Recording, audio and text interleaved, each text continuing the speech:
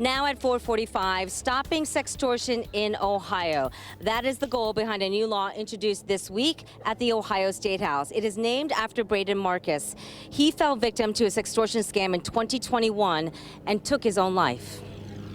Once a predator has that image in hand, they start making these demands of our kids and exploiting their vulnerabilities, talking about, if you don't pay me money, I'm going to send these images to your friends. If you don't send me more images, I'm going to send these to your mom.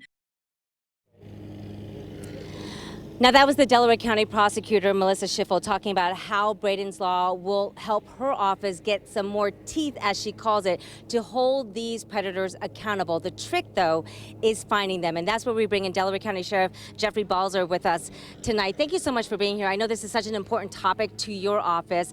Where are we, first of all, in Braden's case in finding these people responsible? It's still an active investigation.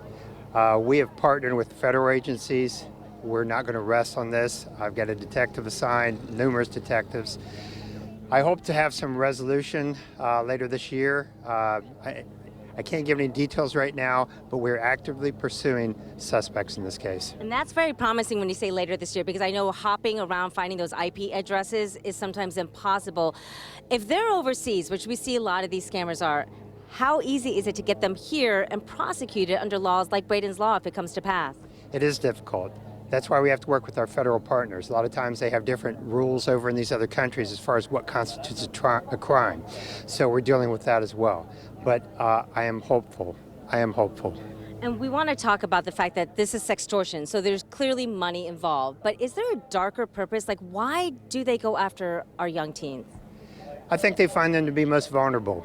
They, with the teens, they have such a limited life experience. They don't know that this too will pass.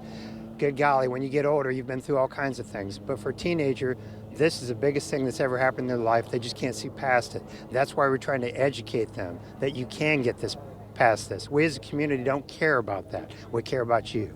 Care about their lives, and I know that that is so important because so many teens, they don't want to get in trouble with their parents, they don't want to get in trouble with the law, so really you want to drive that message home tonight. I do, and that's a great part about this new legislation too, is it provides some immunity for the kids. If they're sending these images back and forth, they're coerced by these folks. This will not hold them responsible. They're victims of this crime. Step forward, we want to help them. Sheriff Balzer, thank you so much. Thank your team for what you're doing for Braden and his family. Thanks for bringing this to everybody's attention. We appreciate it. Sheriff Balzer right there, and he will be part of this press conference that is soon to start in about 20 minutes here. The family hopes to have that stadium, all those seats filled with Braden supporters, everyone wearing the Olentangy blue and just showing what it means to be brave for Braden's law. We're going to have that for you live in the next hour and a half. Back to you. All right.